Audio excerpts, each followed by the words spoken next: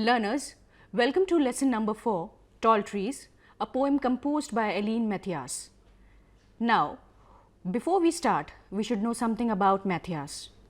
Eileen was born on 25th July 1921 to the late Walter and Emma Cecil. She and her late husband Ralph Mathias had 2 children, Larry Mathias of Midvale and Beverley Adeems of Uruguay. She passed away on April 16, 2014. She retired from Fab, Ohio in Uruguay after 20 years of service as a librarian. Mary graduated from Washington University in St. Louis, where she majored in aerospace engineering. Before we read the poem, let's talk something about the trees. In how many ways are trees useful to life on Earth? What would the world be without trees? What do the trees symbolize? What message do the trees give us? Now, after completing this poem, you will be able to read and enjoy the poem, explain the theme of the poem, pick out the words ending in similar sounds at end of the lines, explain how words ending in similar sounds add rhythm and flow to the composition. Identify personification. You will be able to feel strong in the presence of nature everywhere, and you will be able to recognize the values of caring and protection as expressed by nature. What is the poem all about? Now, the poem Tall Trees is about nature, especially tall trees. The poet was fascinated by trees. In fact, she is. To her, the trees are part of an integrated world where elements of nature like the clouds, birds, day, night, and moon work in close harmony with each other. The poet describes the activity of tall trees through the day, that is, from daytime through dusk to nighttime. Even when the world is sleeping, the trees are awake, doing their own duty. The trees are a symbol of lofty character and a selfless mission of care and protection to all the creatures. In return, the trees do not ask for any returns. The tall trees symbolize dignity and pride, but they are neither proud of their height nor stature. Even the small birds are dear to them. They give us human beings a valuable message. Be tall and powerful like trees, but be rooted, humble, caring, and selfless like them. Do you know that some tall trees in the rainforest can be more than 100 feet tall, but most of the tall trees around us in India grow to a height of about 40 feet. There are some numbers which I would like to tell you. Number 1, the tallest tree, coast redwood. It is 379.1 feet tall and it is in California, USA. On number 2, Australian mountain ash, 326.8 feet tall in Tasmania, Australia. The oldest human planted tree with the known planting date is Sri Mahabodhi sacred tree in Anuradhapura, Sri Lanka. It is 2,293 years old. This tree was planted from a cutting of the original Bodhi tree in Gaya. It takes 100 years to 3,000 years for a Bodhi tree to grow fully. Let us now read the poem once. Try to read along with me. Tall Trees by Eileen Mathias. With their feet in the earth and their heads in the sky, the tall trees watch the clouds go by. When the dusk ends quickly, the birds do rest. The tall trees shelter them safe in a nest. And when in the night, with the tall trees peeping, the moon shines down on a world that's sleeping. Now try to read this poem again, learners, and let us paraphrase the poem stanza by stanza and then line by line. With their feet in the earth and their heads in the sky, the tall trees watch the clouds go by. The poet is trying to stress on the fact that the trees are very tall. They have their heads in the sky, but they are anchored by their roots tightly to the ground. The tall trees are privileged in many ways. They can watch the floating clouds from a closer distance. In saying so, the poet seems to have given the trees head, feet, and eyes like human beings. Why does the poet compare the tall trees to human beings? Does the poet see some other similarity between human beings and the tall trees? Probably the poet had someone in mind who may have been great yet humble and caring. It could also be possible that she wanted to give a message to human or mankind to be like the tall trees, tall, strong, and powerful, who would care for the weak and small. Now, for a line-by-line explanation, with their feet in the earth, over here the roots have been likened to feet of the trees. They fix the tree to the soil. They absorb water and nutrients from the soil and pass on to the other parts of the tree. They hold the soil together and prevent it from erosion.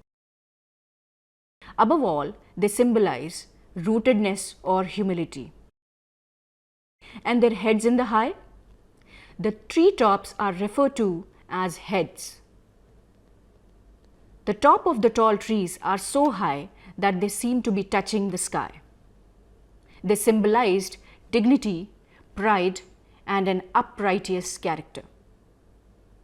The tall trees watch clouds go by. The trees over here in this line are so high that their tops seem to be touching the overhead clouds floating by. They can see the clouds and the sky more clearly due to their proximity to them. Coming to the second stanza, when the dusk sends quickly the birds to rest, the tall trees shelter them safe in a nest. The poet brings out the caring nature of the trees. In the evening, when the sun sets and night is approaching, the trees wait for their little birds to return to their nests after a day-long toil. Meanwhile, it takes care of their nests when they are away, thus providing them with comfort, safety, and shelter. Now let's explain this very stanza line by line. When dusk sends quickly the birds to rest. Sunset or dusk time is there for everyone to retire to their respective homes. The birds too try to fly back to their nests before it gets dark. The tall trees shelter them in their nests. What do the trees do at this time? They wait like anxious mothers for the return of their babies back home, where their bed is ready in the nest for a good rest. The trees protect their nests safely in their branches. Now, learners, stanza number 3. And then in the night, with the tall trees peeping, the moon shines down on a world that is sleeping. In this stanza, the poet has brought out a night scene when life comes to a standstill and every creature on the earth wants to rest. The tall trees stand like watchful guards along with the moon to keep a vigil on the sleeping world. It allows moonlight to filter through its branches so as to provide some light in the dark night. Now coming to explanation line by line. And then in the night with the tall trees peeping. At night time, the trees keep a vigil on the world down below and allow moonlight to peep through their branches like little torchlight rays. The moon shines down on the world that is sleeping. They allow the moon to peep down through their branches so as to allow it to keep a watch like a guard on the world that is sleeping. I hope you were able to understand the poem stanza by stanza and line by line. Now, coming to the central idea of the poem. Number 1, be selfless like a tree which gives shelter to the birds. Be tall like a tree, and it implies living a life of dignity and uprightness. Be taller than life. Be rooted to the earth implies to be humble. Ennoble life by living in harmony with nature. Be selfless in all that you do protect and respect. The poet presents an integrated picture of nature.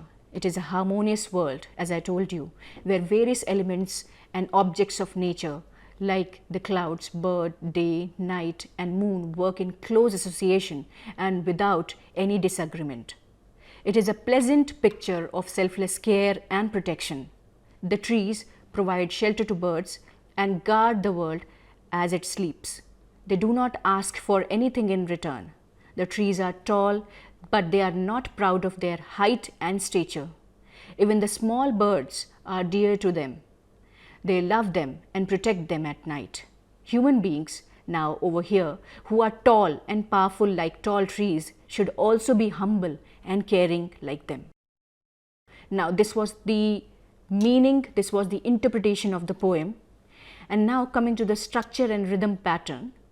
The poem has 3 stanzas of 4 lines each. The length of each line is different. The last words of the second and the fourth line rhyme. We can say that the rhyming pattern is AB, CB. The poet has used a variety of literary devices to add beauty to the poem.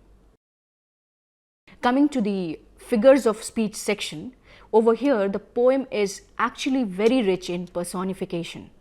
Personification is a literary device used by poets to make inanimate things behave like human beings. When we speak of a thing as if it were a living being, it is called personification of that object.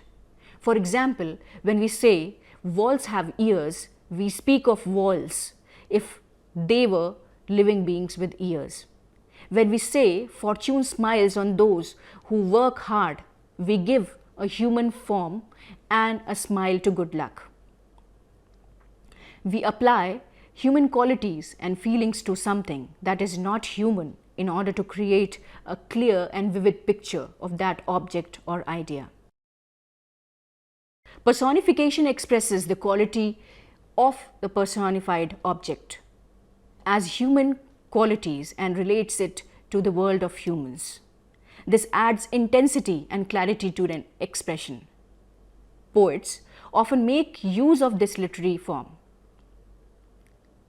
You will notice that the second and the fourth lines of each stanza in the poem end in words that end with a similar sound. The similar sounds lend a flow and rhythm to the lines and make them catchy and easy to remember. The similar sound at the end of the lines is called rhyme. The pattern of the rhyme varies from poem to poem. Poets create rhyme schemes of their own choice for the desired rhythm. In this poem, words like watch, heads in the sky, feet in the earth, shelter the birds, peeping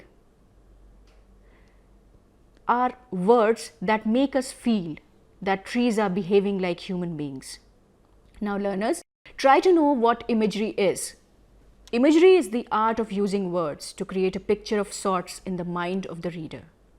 Usually, it is thought that imagery makes use of particular words that create visual representation of ideas in our minds.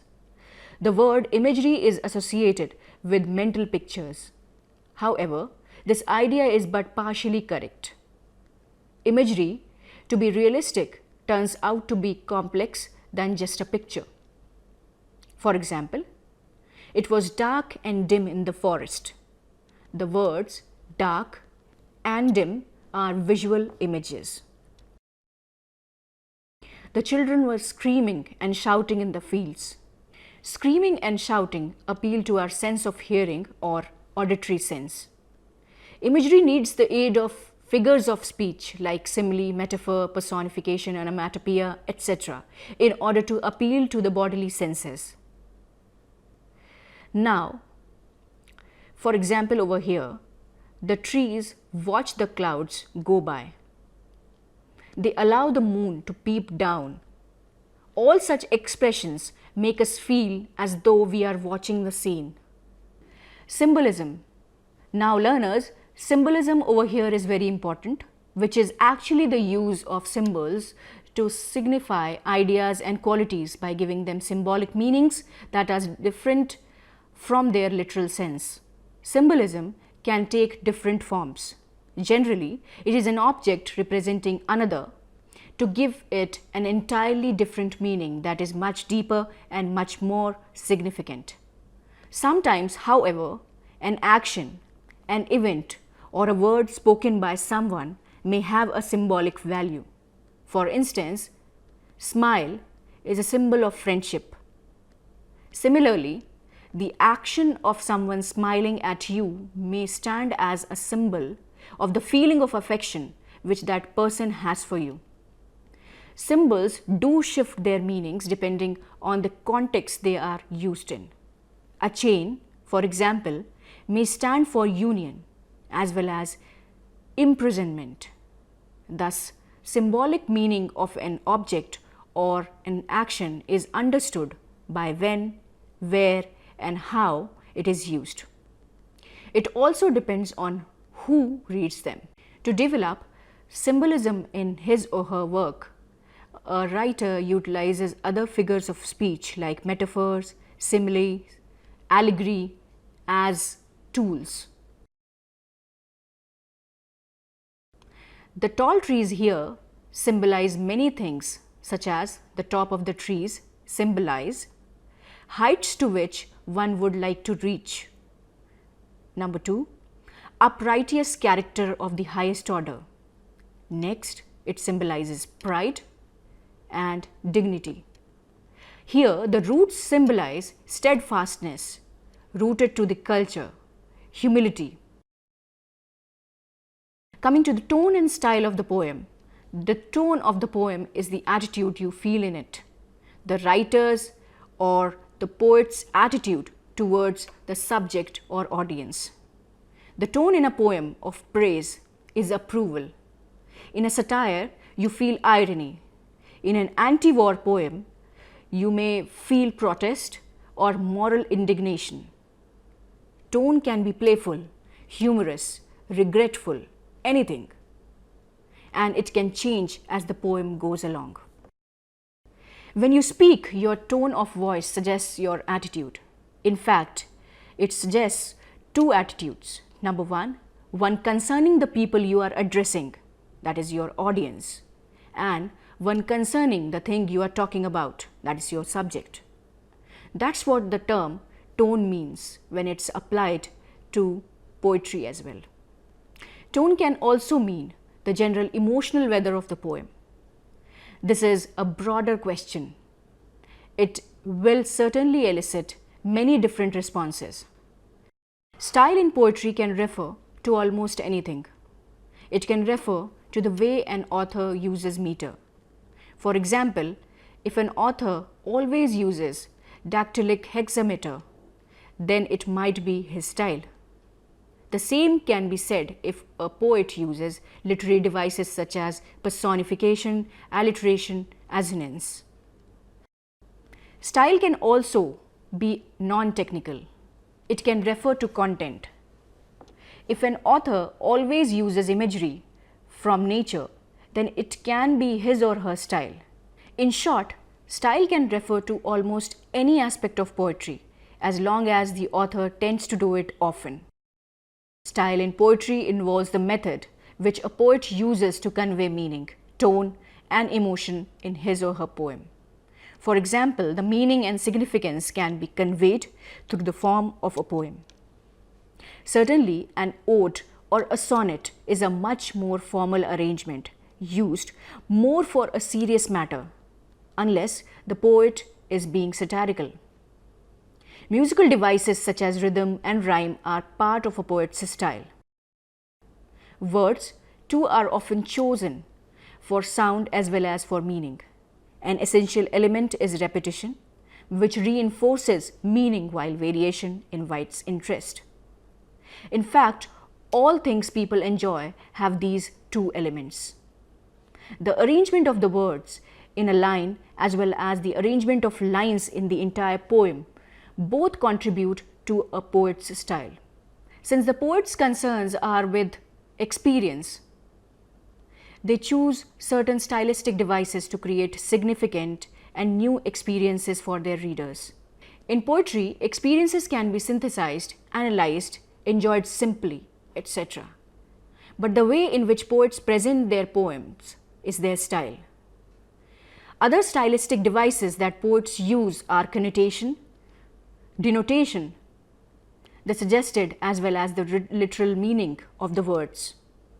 Figurative language such as metaphors and similes also add more meaning and picturesque language to a phrase or word, as well as creating speed to the line, for example, as alliteration does.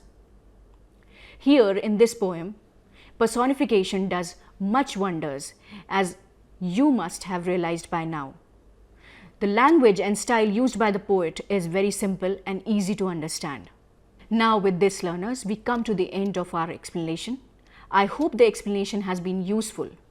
Now, remember, literature, especially poetry, is all about life, and there could be various perspectives and meanings to any line. If you internalize the words of a poem and open your inner eye, you will be able to unfold many meanings and interpretations. This is called appreciation. So feel free to give your interpretation to appreciation. Prepare well for your exams. Read and understand the poem thoroughly before taking the test. Equally important is the need to read and understand your questions well so that you can give relevant answers. So learners, bye for now. Best of luck and thanks.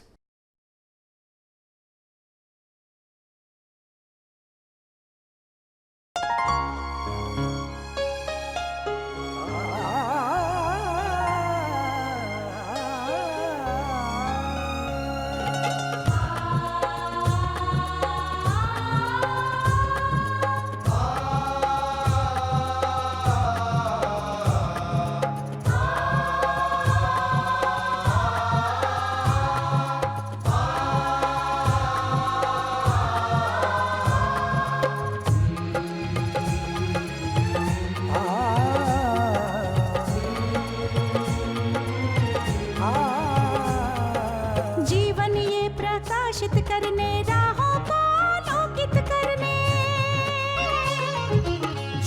ये प्रकाशित करने राहों को आलोकित करने हम अपना दीपक स्वयं बने, हम अपना रास्ता स्वयं चुने। हम अपना दीपक स्वयं बने, हम अपना रास्ता स्वयं चुने। जीवन ये प्रकाशित करने राहों को आलोकित करने।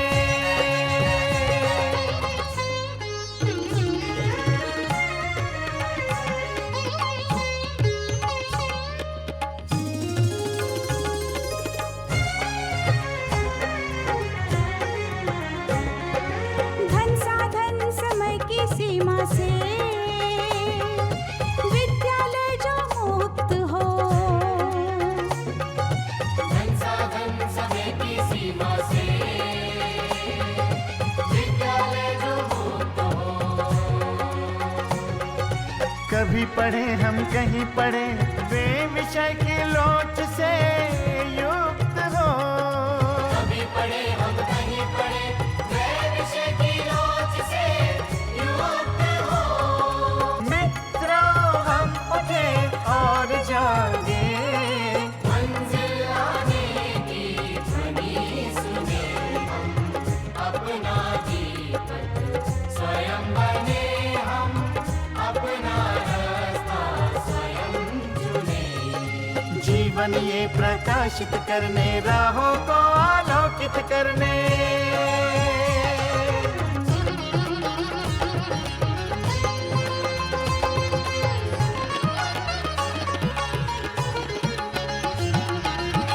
राष्ट्रीय मुक्त विद्यालय का है द्वार खुला सबकी खातिर। शिक्षा परीक्षा का अवसर एक बार ही क्यों मिलता फिर। शिक्षा और परीक्षा का अवसर एक बार ही क्यों मिलता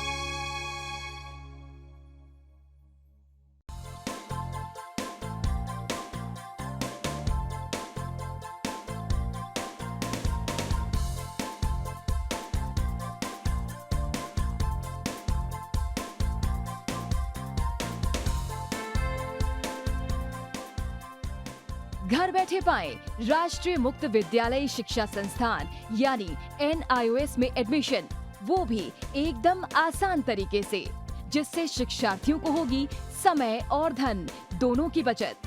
NIOS से शिक्षा कभी भी कहीं भी।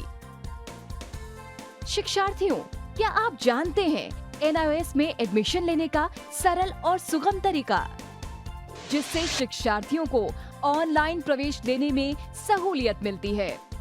NIOS में प्रवेश की प्रक्रिया पूर्णतया ऑनलाइन है।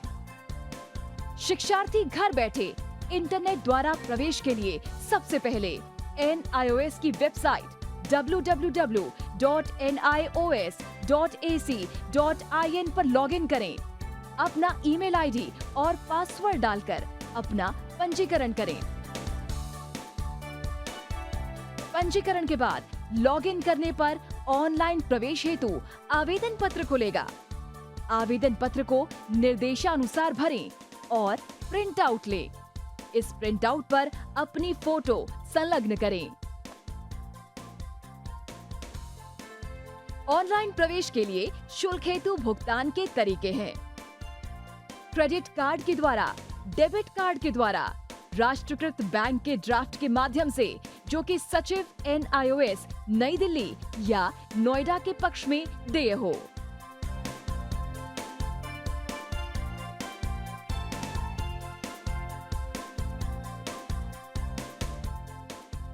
भरे हुए आवेदन पत्र के साथ साथ डिमांड ड्राफ्ट और संलग्न किए जाने वाले दस्तावेज हैं: जन्म रजिस्ट्रार के जिला कार्यालय से जारी जन्म प्रमाण पत्र की सत्यापित प्रति, जिसमें जन्म तिथि अंकित हो, पिछले विद्यालय से प्राप्त विद्यालय छोड़ने का प्रमाण पत्र, जिसमें आवेदक की जन्म तिथि लिखी हो।